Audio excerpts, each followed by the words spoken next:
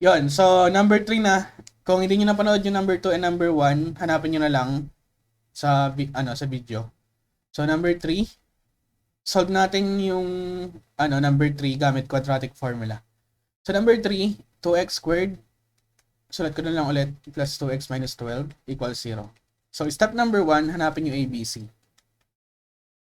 So A is 2, B is 2, C is negative 12. So note, pagka hindi naka-standard form, hindi nyo yan magagamit yung quadratic formula. Kailangan nyo muna i-convert into a standard form. Okay. So ito na.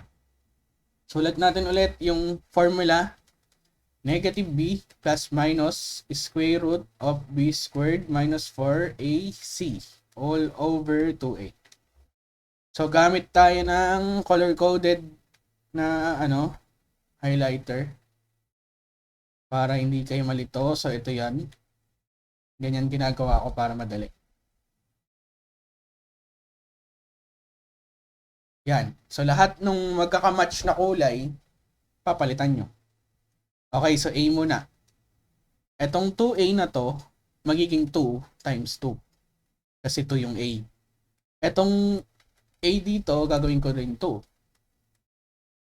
Then, etong B, so burahin ko to, negative B yan pero yung negative sulat nyo sa unahan.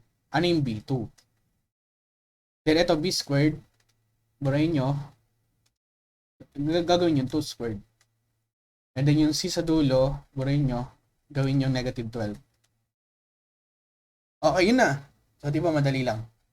Then, ang order ng pagsosolve ganito, ito yung una, ito ang una isosolve, second na isosolve, itong nasa loob, pangatlo yung square root, then pang-apat yung nasa baba. Okay. So, game. X equals negative tas 2. Eh di negative 2. Basic. Plus minus. Solve muna natin to. Ay hindi. Sulat ko na yung square root. Solve muna natin to nasa loob. So, 2 squared is 4. Then, minus 4 times 2. Huwag niyo muna pansinin yung negative 12. Negative 4 times 2. Magkaiba ng sign. Eh di negative 8. Tapos may negative 12 pa doon sa dulo. Now, negative 8 times negative 12, eh di positive sagot dyan kasi magkapareha silang sign. So, ibig sabihin, 4 plus 12 times 8.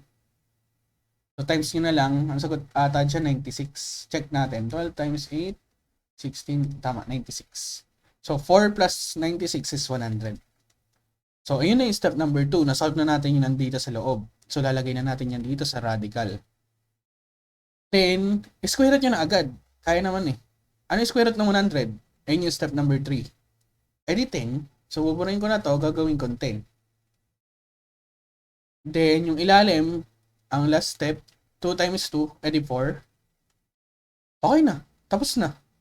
So, dahil okay na yung apat na step na yun, paghihiwalay nyo na to. So, x equals negative 2 plus 10 over 4, tas negative 2 minus 10 over 4. Okay, so game. Negative 2 plus 10 is positive 8, divide 4. Ito naman, negative 2 minus 10, negative 12 over 4. Then simplify, 8 over 4 is 2, negative 12 divided 4 is negative 3. Ito ang final answer. So yun, madali lang. So sa next video na yung number 4. So yun lang, salamat.